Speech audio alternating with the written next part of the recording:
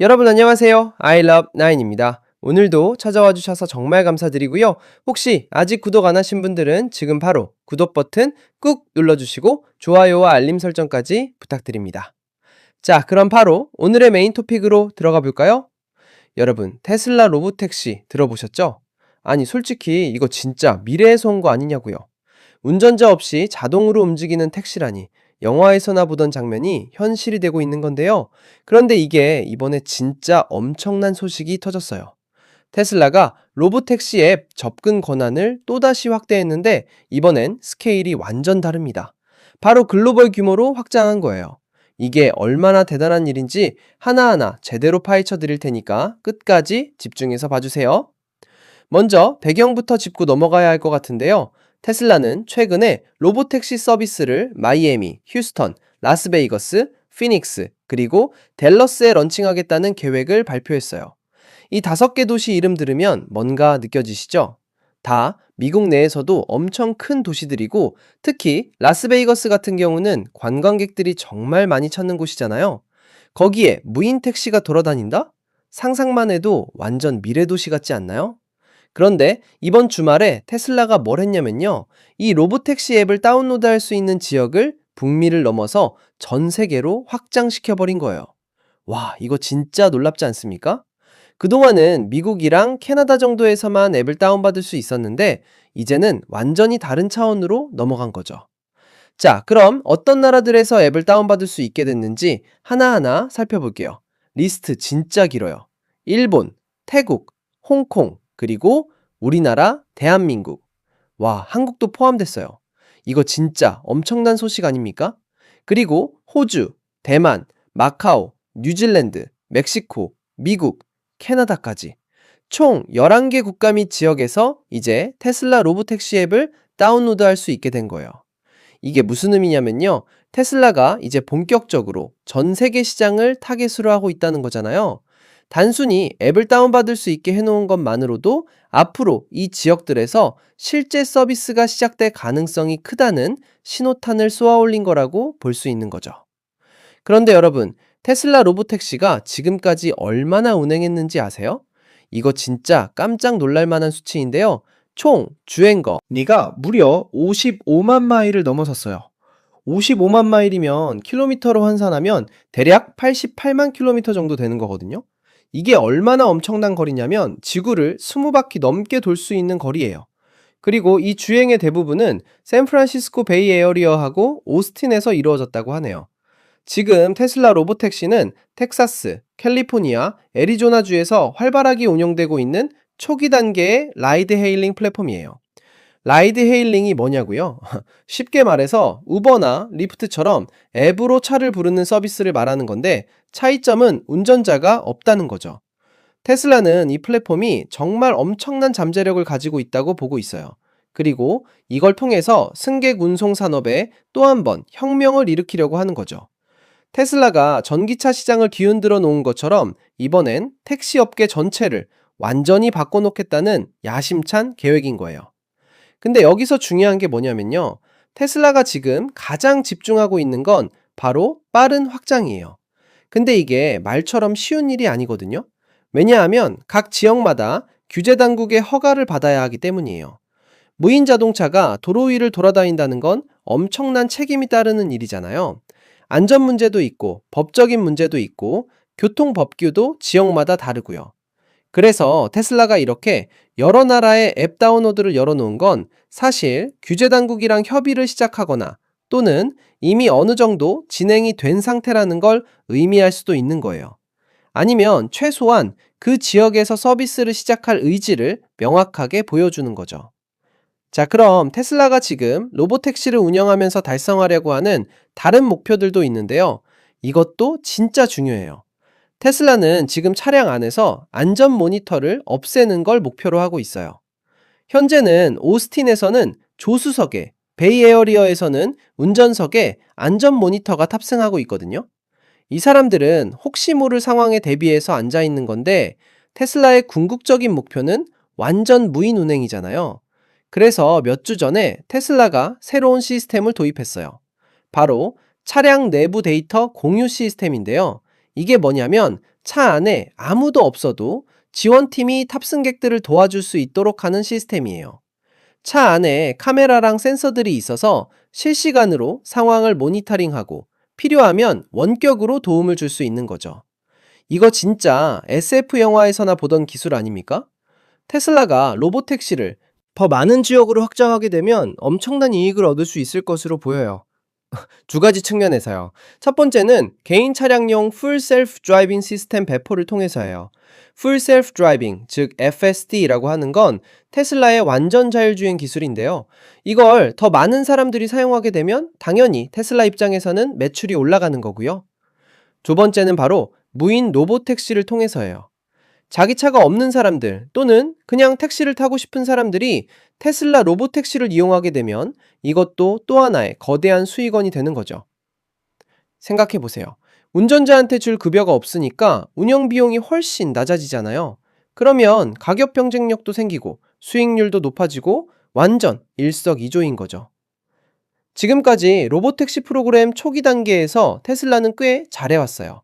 큰 사고 없이 안전하게 운행하고 있고 사용자들 반응도 대체로 긍정적이거든요. 근데 진짜 시험대는 앞으로예요. 확장하면서 어떻게 운영되는지가 관건이죠. 왜냐하면 각 지역마다 교통 법규가 다르고 도로 상황도 다르고 운전 문화도 다르거든요. 예를 들어서 미국은 도로가 넓고 질서 정연한 편이잖아요. 근데 아시아 국가들 중에는 교통이 복잡하고 오토바이도 많이 다니고 보행자들도 갑자기 튀어나오고 이런 상황들이 많거든요. 이런 환경에서도 테슬라의 자율주행 기술이 제대로 작동할 수 있을지가 정말 중요한 거예요. 그리고 규제 당국의 승인을 받는 게 가장 큰 허들이 될 거예요. 각 나라마다, 각 도시마다 자율주행차에 대한 규제가 다르거든요. 어떤 곳은 엄청 까다롭고 어떤 곳은 상대적으로 열려 있고요. 테슬라가 이 모든 규제를 다 통과해서 실제로 서비스를 시작하는 게 얼마나 걸릴지 그게 진짜 관건인 거죠.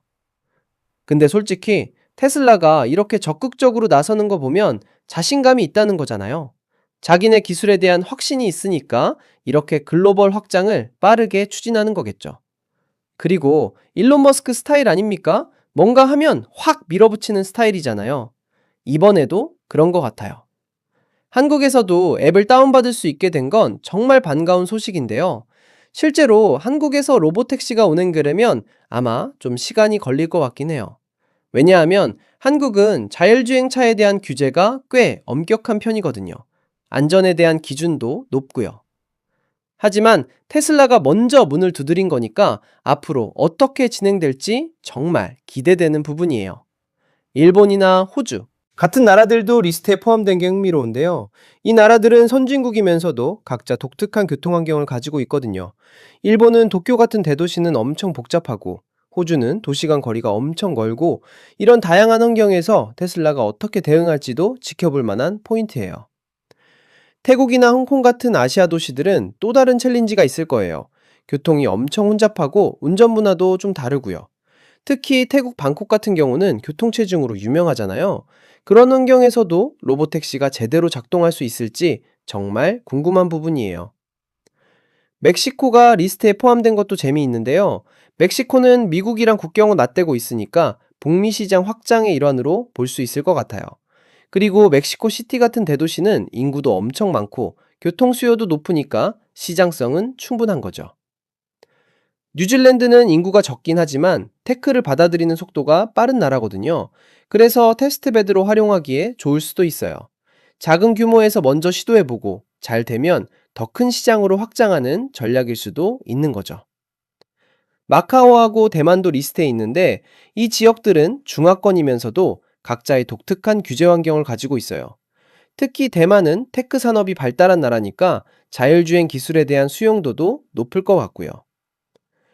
이렇게 다양한 나라들에서 앱 다운로드가 가능해졌다는 건 테슬라가 정말 글로벌 기업으로서 전 세계 시장을 공략하고 있다는 걸 보여주는 거예요. 단순히 미국 회사가 아니라 진짜 전 세계적인 모빌리티 혁명을 이끌어 가겠다는 의지가 느껴지는 거죠. 앞으로 테슬라가 어떤 식으로 각 지역에 맞춤형 전략을 펼칠지도 정말 주목할 만해요. 왜냐하면 한 가지 방식으로 모든 나라에 적용하기는 어렵거든요. 각 나라의 법규도 다르고 도로 환경도 다르고 문화도 다르니까요. 테슬라가 얼마나 유연하게 대응할 수 있을지가 성공의 열쇠가 될 것 같아요. 그리고 경쟁사들도 가만히 있지 않겠죠. 구글의 웨이모도 있고 다른 자동차 회사들도 자율주행 기술 개발하고 있고요. 이 시장이 앞으로 엄청난 경쟁의 장이 될 건데 테슬라가 선두를 유지할 수 있을지 아니면 다른 회사들이 따라잡을지도 정말 흥미진진한 관전 포인트예요. 사용자 입장에서도 정말 기대되는 부분이 많아요. 무인 택시를 타본다는 게 어떤 경험일지, 안전할지, 편할지, 가격은 얼마나 될지, 이런 것들이 다 궁금하잖아요. 실제로 서비스가 시작되면 많은 사람들, 이 호기심에라도 한 번쯤은 타보고 싶어 할 것 같아요. 그리고 이게 성공하면 우리 일상생활에도 엄청난 변화가 올 거예요. 택시 기사님들의 일자리 문제도 있을 거고, 교통 체증이 줄어들 수도 있고, 교통사고가 줄어들 수도 있고요. 물론 반대로 우려되는 부분도 있겠죠. 해킹 위험이라든지 시스템 오류라든지 이런 것들도 해결해야 할 과제들이에요. 테슬라는 계속해서 데이터를 수집하고 학습하면서 시스템을 개선해 나갈 거예요.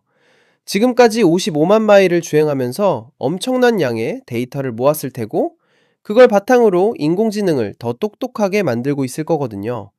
주행거리가 늘어나면 늘어날수록 시스템은 더 정교해지고 안전해질 거예요.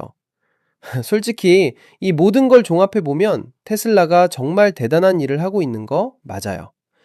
자동차를 만드는 걸 넘어서서 완전히 새로운 교통 생태계를 만들어가고 있는 거잖아요. 그리고 그게 이제 전 세계로 뻗어나가고 있는 거고요. 여러분은 어떻게 생각하세요? 무인 택시 타보고 싶으세요? 아니면 좀 무섭나요? 댓글로 여러분의 생각을 꼭 남겨주세요. 정말 궁금하거든요. 자, 여러분. 오늘은 테슬라 로보택시가 전 세계로 확장되는 소식에 대해 자세히 알아봤는데요. 정말 흥미진진하지 않나요? 우리가 살아가는 동안 이런 엄청난 변화를 직접 목격하게 될 거라니 생각만 해도 설레요. 오늘 영상 재미있게 보셨다면 좋아요 버튼 꾹 눌러주시고요. 아직 구독 안 하신 분들은 구독과 알림 설정까지 부탁드립니다. 아이러브나인 채널에서는 앞으로도 이렇게 재미있고 유익한 테크 소식들을 계속 가져올 테니까 절대 놓치지 마세요. 그럼 여러분, 다음 영상에서 또 만나요. 안녕.